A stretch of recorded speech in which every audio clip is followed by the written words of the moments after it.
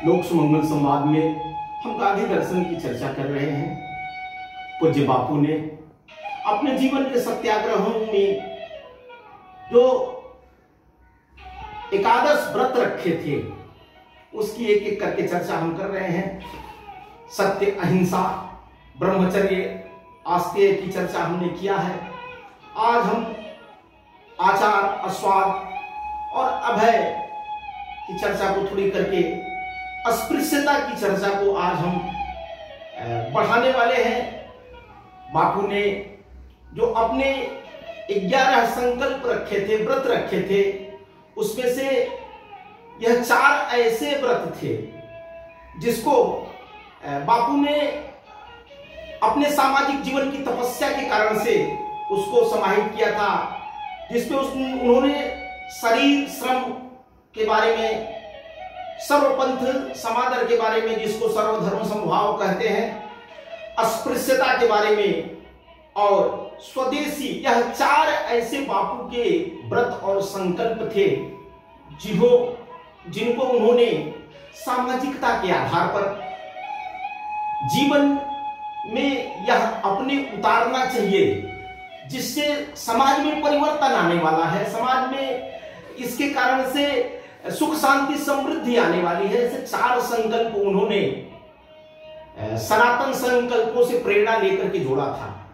तो आज हम अस्पृश्यता की चर्चा विशेष रूप से करने वाले हैं, लेकिन बापू ने जो अस्वाद और आचार की चर्चा किया था, अस्वाद यानी जो भी मिल जाए भोजन में उसमें स्वाद की बहुत चिंता न करते हुए, यह शरीर भगवान ने दिया है तो इसके रक्षण पोषण के लिए उचित आहार लेने की बात किया उन्होंने। आचार और व्यवहार यानी आचरण की बातें और एक अभय का उन्होंने संकल्प लिया था। भगवान श्री कृष्ण गीता में कहते हैं, किससे डरते हो, क्यों डरते हो?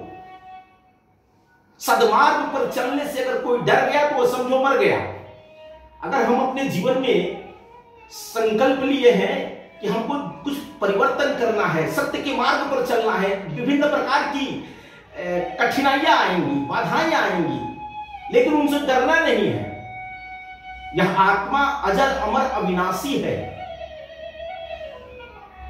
इस नाते से शरीर जा सकता है लेकिन आत्मा अजर रहेगी। इसलिए अन्याय के खिलाफ लड़ने से कभी डरना नहीं चाहिए, बापू का ऐसा कहना था। और यह कथन भगवान श्री कृष्ण ने गीता में कहा, क्यों डरते हो? इस नाते से हम जब सामाजिक जीवन में परिवर्तन के लिए निकले हैं तो कंटकाकीर्ण मार्ग है। हम संघ की प्रार्थना में कहते हैं कि कंटकाकीर्ण मार्ग है और इस मार्ग में तमाम प्रकार की बाधाएं आएंगी। उन बाधाओं को भेदते हुए हमें सामाजिक जीवन में काम करना है। इसलिए जीवन को अभय रखना चाहिए। काहे लिए डरना? कौन छीन लेगा? क्या छीन लेगा? किसके लिए डरते हैं हम? आज कोरोना की महामारी चल रही है, इसमें शरीर धर्म को हमको निभाना है, लेकिन खल धर्म साधन के लिए हमको अभय होना पड़ेगा, निर्भीक होना पड़ेगा। तो बापू का यह अभय का संकल्प हम सबको जीवन में उतारना चाहिए। बापू ने जो कठिन तपस्या की सामाजिक जीवन में परिवर्तन के लिए, उन्होंने अस्पृश्यता के लिए काम किया, यानी जो समाज में छुआछूत की, ऊंच नीच की भावना व्यक्त है, उसके लिए उन्होंने काम किया। कहते हैं कि सब ईश्वर की संतान है, सब उसी पंच तत्व से बने हैं। क्षिति जल पावक गगन समीरा, पंच तत्व यह रचित शरीरा। फिर भी समाज जीवन में आने के बाद गुणों के आधार पर, कर्मों के आधार पर, स्वच्छता अस्वच्छता के आधार पर, भक्ष अभक्ष के आधार पर लोग एक दूसरे से भेदभाव करने लगे। यह ऊंची जाति का है, यह नीची जाति का है, इसको छूना है, इसको नहीं छूना है। तो बापू ने अछूतोद्धार चलाया। यानी आप कल्पना करिए आजादी के समय में छुआछूत की किस प्रकार की स्थिति थी कि एक जाति समूह के लोगों को, जिनको हम वर्णाश्रम में कहते हैं शूद्र, उस समय कहते थे लोग उनके साथ किस प्रकार का अमानवीयता का व्यवहार होता था, पशुता का व्यवहार होता था।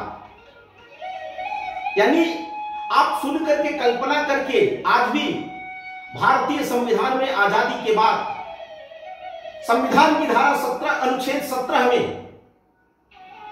छुआछूत प्रतिबंधित है, लेकिन जो आज भी कहीं कहीं कुछ लोगों द्वारा व्यवहार किया जाता है, यानी केवल धन से किसी का स्टैंडर्ड बढ़ जाता है, उसके साथ दूसरे प्रकार का व्यवहार करते हैं, बाकी लोगों के साथ दूसरे प्रकार का व्यवहार करते हैं। यह मनुष्यता है और यह मानव मन है। एक माँ के 4 बेटे हैं, उसी में कोई अगर पढ़ लिख करके बड़ा अधिकारी बन जाता है और कोई खेती करता है तो दोनों के व्यवहार में अंतर हो जाता है। वैसे ही हम सब एक ईश्वर की संतान हैं और व्यवस्था के नाते किसी काम में लग गए तो उनके साथ दुर्व्यवहार करने का हमको कोई अधिकार नहीं भगवान ने दिया है। इसलिए बापू जी छूतोद्धार का काम करते थे, इसके लिए तमाम लोगों ने काम किया। भगवान रामकृष्ण की बात तो छोड़ दीजिए, इधर जब आएंगे तो रामानुजाचार्य जी जिनके शिष्य रविदास हुए, जिनके शिष्य कबीरदास हुए, उन्होंने सामाजिक जीवन में समरसता का किस प्रकार का प्रयास किया।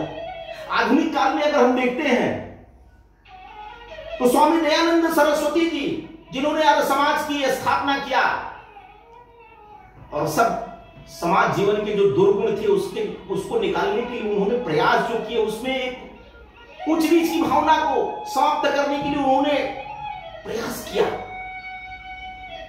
उसके बाद की पीढ़ी में अगर देखेंगे तो स्वामी विवेकानंद ने कहा कि दरिद्र नारायण की सेवा करो, थोड़ी देर के लिए भूल जाओ देवी देवताओं को, यही हमारे देवी देवता हैं। मूढ़ भारतवासी, चांडाल भारतवासी, दरिद्र भारतवासी, यह हमारे भाई बहन हैं। इनके जीवन स्तर को ऊपर उठाने के लिए हमको काम करना चाहिए। हमको भगवान ने अगर शक्ति दिया है, सामर्थ्य दिया है, तो यह भी अपने भाई बहन है, इनका भी जीवन स्तर ऊंचा उठना चाहिए, इनके साथ कोई भेदभाव नहीं होना चाहिए। यही संस्कृति है कि खा करके खिलाना, और यही विकृति है कि दूसरे का छीन करके खाना, यही पशुता है। आज जब बापू का स्मरण आता है, उनका अछूतोद्धार समझ में आता है, तो उन्होंने कितने प्रयास किए, लेकिन लोग कैसे उसको बिगाड़ते हैं। जैसे उन्होंने ऐसे जिनको आज दलित कह रहे हैं, शूद्र कह रहे हैं, उनको उन्होंने सम्मान की दृष्टि से हरिजन नाम दिया कि ये भगवान के जन हैं। लेकिन उसी हरिजन को लोगों ने कितने उपेक्षित ढंग से, आज कोई दलित अपने को हरिजन कहलाना नहीं चाहता है, वो दलित कह लेना अपने को स्वाभिमान के अनुरूप मानता है। लेकिन हम भगवान के जन हैं यह कहने में उसको संकोच होता है, क्योंकि उस प्रकार का व्यवहार, और यह समाज का है कि कोई ना कोई ठप्पा लगा देता है। जैसे उदाहरण के लिए बहुत अच्छा भगवान राम का नाम है, राम नाम सत्य है, लेकिन यह राम नाम सत्य है, वह वाक्य ईश्वर का वाक्य, लेकिन केवल 100 यात्रा में कहते हैं। अगर कहीं शादी ब्याह हो रहा हो और वहां अगर आपने कह दिया कि राम नाम सत्य है, तो 4 लोग आपको दौड़ा लेंगे, क्या अशुद्ध बात कह रहा है, जबकि सत्य यही है। ऐसे ही हरिजन भगवान के जन हैं। ये हिंदू सहोदरा भव की बात हम करते हैं, हम सब एक रक्त है, एक ईश्वर की संतान है, मैं और तू एक रक्त की बात करने वाले लोग। और आज भी समाज में अगर यह छुआछूत भेदभाव चल रहा है, तो इसके लिए हमको प्रयास करना चाहिए कि यह कैसे समाप्त होगा। बापू ने अपने हरिजन पत्रिका में अनेकों प्रकार के लेख इस प्रकार के लिखे, उन्होंने प्रयास किया, और यह केवल भारत में ही नहीं तो दुनिया भर में यह भेदभाव है, जिसको हम नस्ल भेद कहते हैं। दक्षिण अफ्रीका से लेकर के अमेरिका तक में गोरे और काले का भेद, और भारतीय चिंतन तो सामाजिक समरसता की बात करता है। यहां पर एक बार जो ऐसे पश्चिम के विचारक हैं वह समता और समानता की बात करते हैं, सब में समानता नहीं हो सकती है। ईश्वर ने सबको अलग बुद्धि, क्षमता, प्रतिभा दिया है, लेकिन समरसता हो सकती है। जैसे एक संतरे के अंदर अलग अलग फांके निकलते हैं, वो अलग अलग हैं, लेकिन उनके स्वाद एक होता है, उनका रस एक होता है। भगवान ऐसे महाविचारक दत्तोपंत जी वैसे तो वो दूसरे संदर्भ में कहते थे, लेकिन कहते थे कि भगवान ने हमको दो कान दिया है, लेकिन दोनों से जो वाणी आती है वह एक आती है, आवाज एक सुनाई देती है। दो आंख है लेकिन दिखाई एक चीज देता है, वह सत्य दिखाई देता है। यहां एक पौधा है तो दो नहीं दिखाई देगा।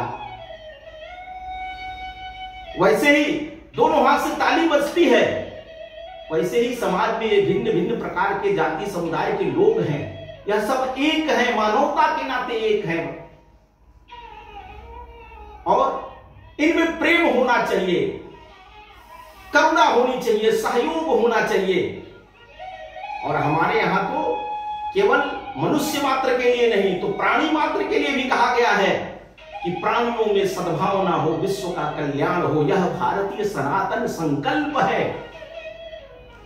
जिसको जीने के लिए बापू ने अपना सब कुछ समर्पित किया।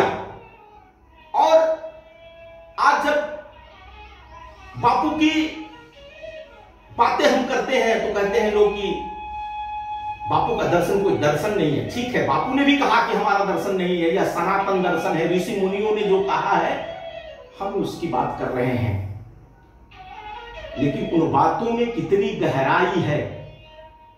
आज जब कोरोना महामारी फैली हुई है तो लग रहा है कि यह जीवन कहां जाएगा। हम जो भोगवाद की तरफ बढ़ रहे थे, ऐसो आराम की ओर खोज रहे थे, उनको भी लग रहा है कि गांव में चल करके गांव के जीवन को जीना पड़ेगा। गांव सुखी और संपन्न होना चाहिए, गांव में ही अपनी उपयोग की वस्तुएं बने, उससे जीवन चले। आज त्यागपूर्वक जीवन के बारे में तमाम ऐसे वैज्ञानिक विचारक लेखक लिख रहे हैं कि आज कोरोना महामारी कहां तक इस मानवता को पहुंचाएगी और हम कहां तक पीछे लौटेंगे। तो आज हमको भी बापू के जो विचार है, स्वदेशी का विचार है, समरसता का विचार है, इसको एक बार सोचना पड़ेगा। और उन्होंने जो आज जिसकी हम चर्चा कर रहे हैं, अस्पृश्यता की चर्चा, विश्व का सबसे बड़ा सांस्कृतिक संगठन राष्ट्रीय स्वयंसेवक संघ, जिसको गांधी जी देखने के लिए एक बार गए तो उनको आश्चर्य हुआ कि यहां शाखा लगते लगते लोगों के अंदर से छुआछूत के भाव किस प्रकार से खत्म है। एक पंक्ति में बैठ करके भोजन कर रहे हैं स्वयंसेवक, कोई एक दूसरे में भेद नहीं करता है। तो वही सामाजिक समरसता के लिए पूज्य बाला साहब देवरस ने कहा कि छुआछूत यदि पाप नहीं तो दुनिया में कुछ पाप है ही नहीं है। इसलिए आज सामाजिक जीवन में जो ऊंच नीच का भेदभाव है, पढ़े अनपढ़ का भेदभाव है, स्त्री पुरुष का भेदभाव है, यानी महिलाएं कहती हैं कि हमारे साथ अन्याय होता है, अनपढ़ कहता है हमारे साथ अन्याय होता है, अमीर गरीब का खाई है। तो ऐसे अनेकों प्रकार की समाज जीवन में आज एकात्मता को तोड़ने वाली दूरियां हैं बीच की, यानी भाई बहन में एक ही मां के भाई बहन है, वो भी कहते हैं कि भैया के साथ मां का व्यवहार दूसरा रहता है, हमारे साथ दूसरा रहता है। स्त्री आंदोलन करने की बात करती है कि हमको आजादी चाहिए। तो आज समाज की नवीन जो चुनौतियां हैं उसमें समरसता कैसे स्थापित होगी। और समरसता वह बराबरी सब में नहीं आ सकती कि ज्ञान सबको एक समान मिल जाए, सबको एक समान सब चीजें, लेकिन न्यूनतम आवश्यकताएं जो व्यक्ति की है, रोटी कपड़ा मकान शिक्षा चिकित्सा, यह मिले और उसको सामाजिक सम्मान मिलना चाहिए। आज संवैधानिक अधिकार के आधार पर ऐसे जिनको हम दलित कहते हैं, ऐसे बंधुओं को नौकरियां मिल गई, वो बड़ी बड़ी पोस्टों पर पहुंच गए, फिर भी उनको कहीं कहीं अपमानित तो होना पड़ता है। वो कहते हैं कि हमारे साथ बोलचाल में दुर्व्यवहार किया जाता है, टांट कसे जाते हैं। तो यह भी सोचने वाली बात है। पूरा महाभारत इस नाते से हो गया कि द्रौपदी ने केवल दुर्योधन को अंधा कह दिया कि अंधे का पुत्र अंधा होता है। यानी सम्मान की भी लड़ाई बड़ी लड़ाई है। और हम राष्ट्रीय स्वयंसेवक संघ यही सिखाता है, वहां आने वाला सभी स्वयंसेवक मित्र है, हम जी जी कह करके पुकारते हैं। सब हिंदू समाज के अंग हैं और किसी के बिना कोई काम नहीं होने वाला है। इसलिए सामाजिक जीवन में यह जो अस्पृश्यता का भी विषय है, जो बापू ने हरिजनोद्धार चलाया था, अछूतोद्धार जिसको कहते हैं, यह आज का विषय नहीं है। ये परंपरा से ऋषि मुनियों ने इसके लिए प्रयास किया है। स्वरूप उसका बदल सकता है। आज किसी जाति में पैदा हुए हैं, वह अधिकारियों का एक ग्रुप हो जाता है, वह अपना अलग स्तर मेंटेन करने लगता है। जो सामान्य वर्ग का है वह अगर गरीब है तो उसका अलग हो जाता है। इसने मार्क्स ने भी कहा, एक धनिक वर्ग है, एक सामान्य वर्ग है, ऐसे वर्गों की कल्पना सब जगह है। लेकिन इस विषय को समझना पड़ेगा। आज सामाजिक जीवन में अगर हम प्रेम स्नेह से नहीं रह सकते हैं, तो विभेद अगर करेंगे तो सुख शांति चली जाएगी, यह निश्चित है। और अगर सुख शांति गई तो जीवन में हम जो चाहते हैं, जो हमारी संकल्पना है कि हम आनंद पूर्वक प्रेम पूर्वक अपना जीवन यहां बिताएं, उसमें खलल निश्चित रूप से पड़ेगा और यह जीवन दुखमय होगा। इसलिए अगर जीवन को सुखमय बनाना है तो बापू ने जो अछूतोद्धार की बात किया, अस्पृश्यता की बात किया, ऋषि मुनियों ने जो किया, जो सनातन परंपरा में विकृति आई हो उसको दूर करने के लिए समाज के हम सभी युवा लोगों को काम करना चाहिए। और बापू का यह संदेश दुनिया को सुखमय शांति पूर्वक जीवन देगा, इसके लिए हमको प्रयास करना चाहिए। इस आज के लिए बस इतना ही। प्रणाम।